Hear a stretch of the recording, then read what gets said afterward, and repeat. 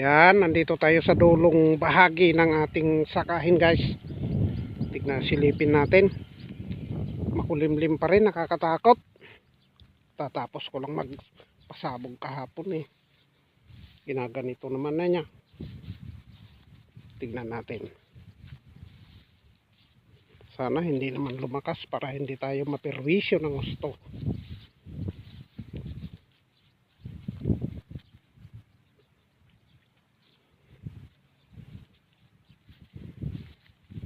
Ayan o. Dulong bahagi ito, guys, ng ating sinaka.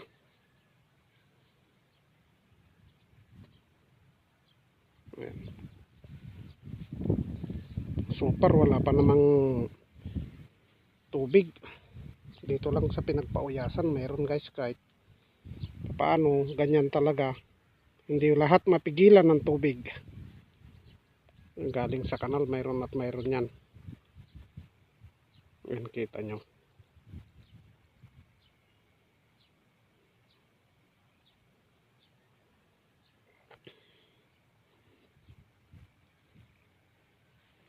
Alam nyo kung bakit nandito tayo sa buhay bukid.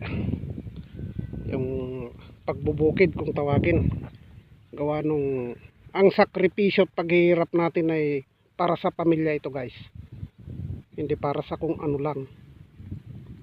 Yan, makita naman ninyo na hindi biro ang magbukid. Pagod, pawis na hindi mo maintindihan, may kasama pang dugo kung minsan kapag nasugat ka. Kaya saludo ako sa yung mga nagbubukid na katulad ko. Kung mayroon lang magpaparangal, parangalan natin ang ating sarili sana. Kaya lang, alam na ninyo, hindi tayo gaanong napapansin, guys. Gawa nung tayo ay isang nasa mababang uri lang ng trabaho, ika nga. Pero proud ako sa pagiging farmer ko.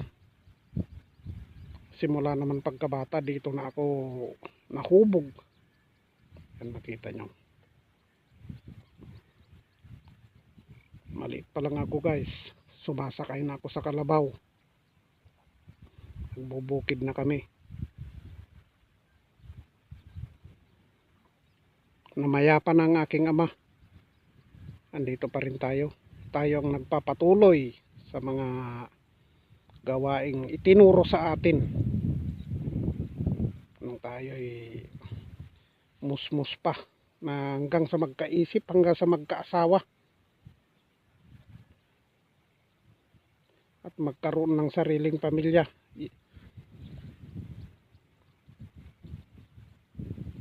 Pero medyo nagpapasalamat pa rin ako, guys, gawa nung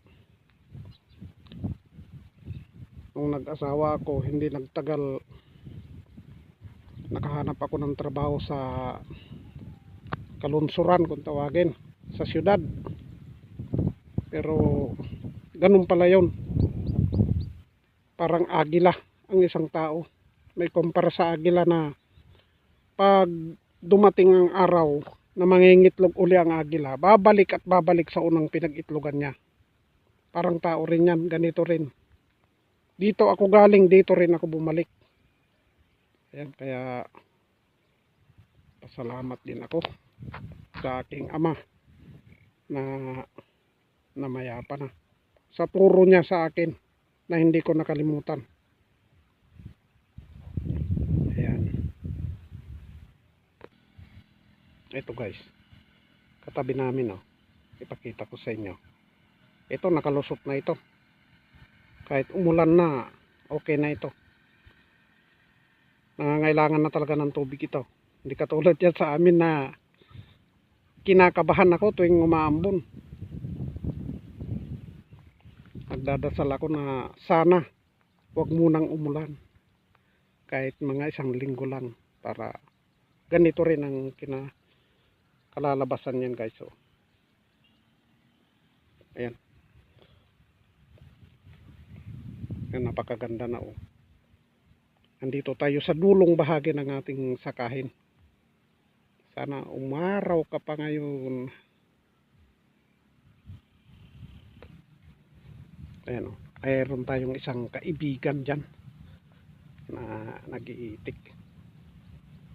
Isang disabled din yan guys, na nagsusumikap. Kita nyo. So sumikap para mabuhay ng isang tao.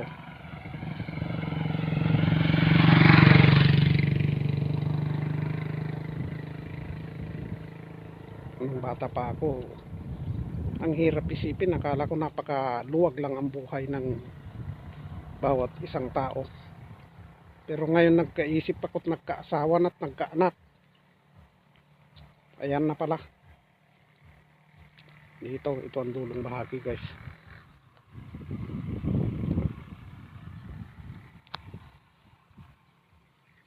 Sa kabila na ng kanal ito. Nakauna na sila ito.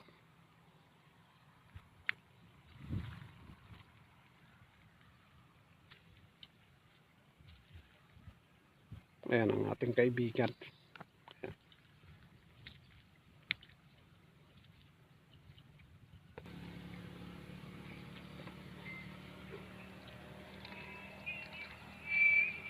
Ayan guys. Hanggang dito na lang ang aking video. Pinuputol ko na naman ang aking video para i-upload natin uli. Ayan. Hanggang sa susunod. Next time, marami pang i-upload si Manong Lakay Assorted Vlog sa inyo. Pasupport na lang ang aking munting channel. Pakipindot ang notification bell. Pakisubscribe. Mag-comment kayo kung gaano kalayo ang inaabot ng aking video guys. Ayan. Salamat at magandang makulimlim na umaga dito sa bayan ng Aurora. Yung bayan na sinabi ko is, excuse me if I'm wrong, probinsya, province of Aurora, Baler. Ayan. Salamat. Bye bye.